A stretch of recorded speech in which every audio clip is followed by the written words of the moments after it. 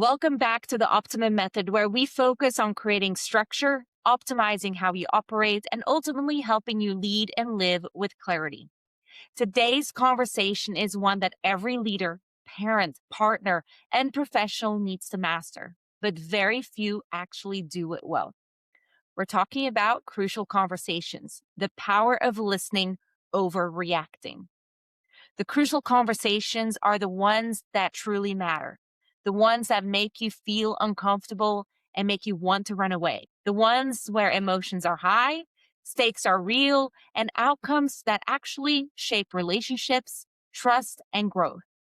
And more importantly, we're going to break down why listening matters more than speaking, how to remove the emotional reactions in the moment, what to do when you're feeling blindsided, and adding 3 practical ways how to handle difficult conversations effectively.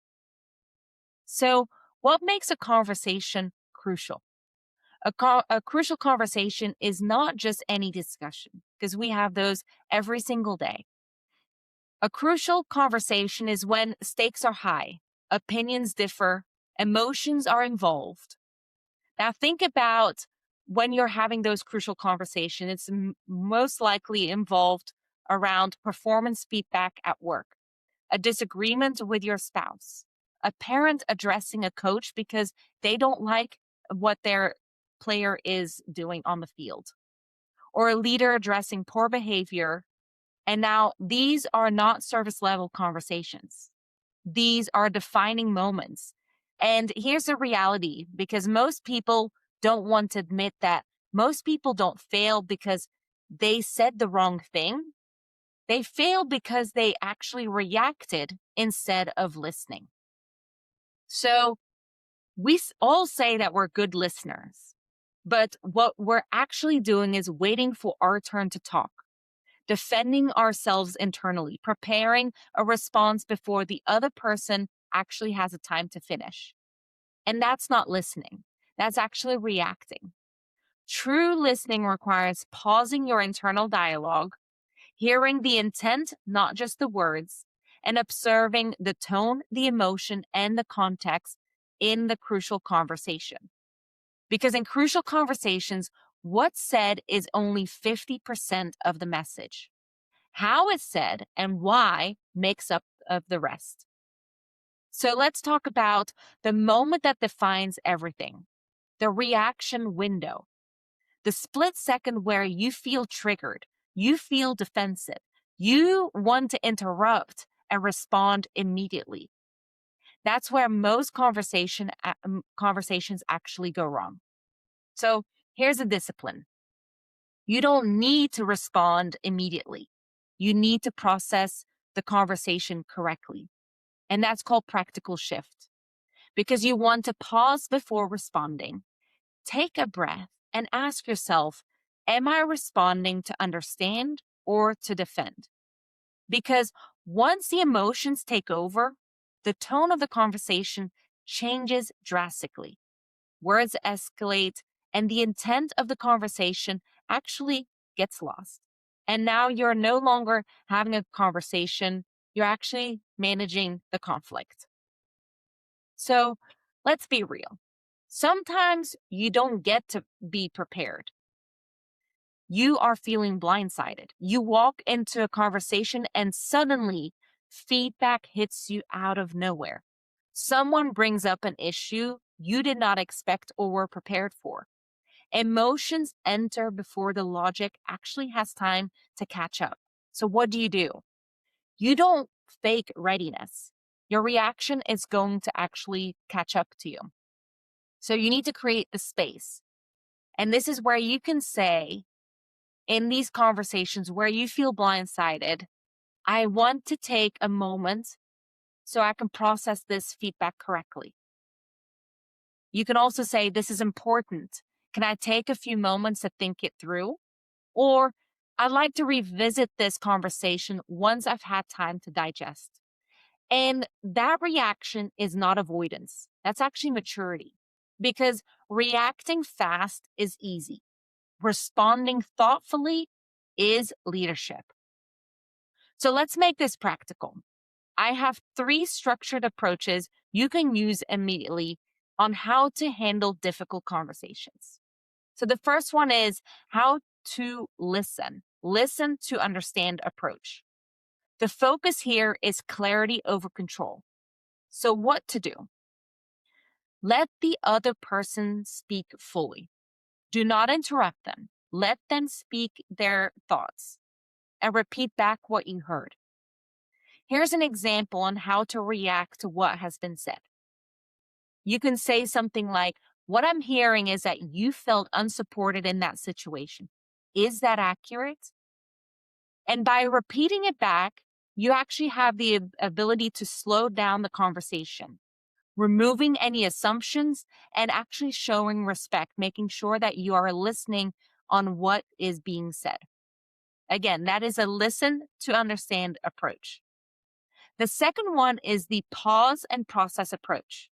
This is the focus where you have emotional regulation. What you can do here is take deliberate pauses before responding. Ask clarifying questions instead of defending, and giving yourself permission to revisit later. An example here of how you can react is, "I want to make sure I give this the right response, so let me take some time to think this through." Why this works is it prevents an escalation. It keeps the emotions from leading and it creates a thoughtful dialogue. The third one is the separate facts from feeling approach. The focus here is the objectivity. In a crucial conversation, people mix the facts with what actually happened with the feelings on how it was experienced. Your job here is to separate them. Facts are facts, feelings are feelings. So the good thing is that you need to separate them.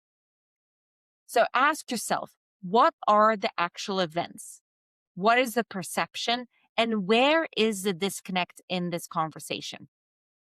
An example here on how you can react is, let's walk through what happened step by step, and then talk about how it felt on both sides. Why this works is because it reduces that defensiveness. It aligns the reality with the perception and it makes conversations toward a resolution, and it moves that conversation towards a resolution. So here's the truth most people avoid.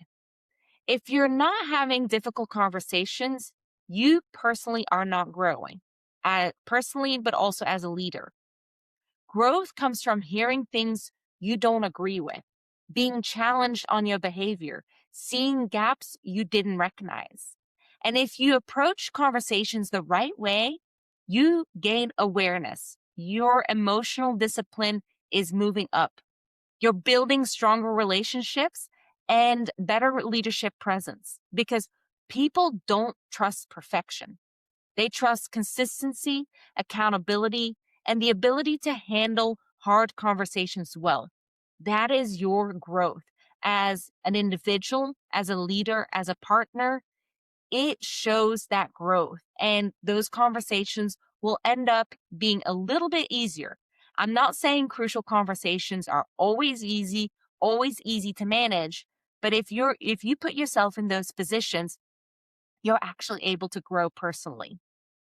You're never going to be able to run away from those crucial conversations. They're always going to be part of everybody's life. Crucial conversations, again, are not something to avoid. They're something to master. So next time you're in one, don't rush the response. Don't let the emotions lead. Don't assume with intent. Instead, listen fully, pause intentionally, and respond thoughtfully. Because in the end, the quality of your conversations determine the quality of your relationships, your leadership, and your growth. If this episode resonated with you, share it with someone who values your growth and leadership. Now, take a moment. If you're on YouTube, subscribe. If you're in Apple Podcasts or Spotify, go ahead and follow. Leave a review. Everything that you give and follow back with will help me with the next episode that I will create and continue to launch on a weekly basis. I am so excited to be able to share feedback with you, provide the knowledge, and this is all based off of my personal experience. Again, if this episode resonated with you, share it with someone who values growth and leadership. And as always, structure creates freedom and clarity changes everything. I'll see you next time.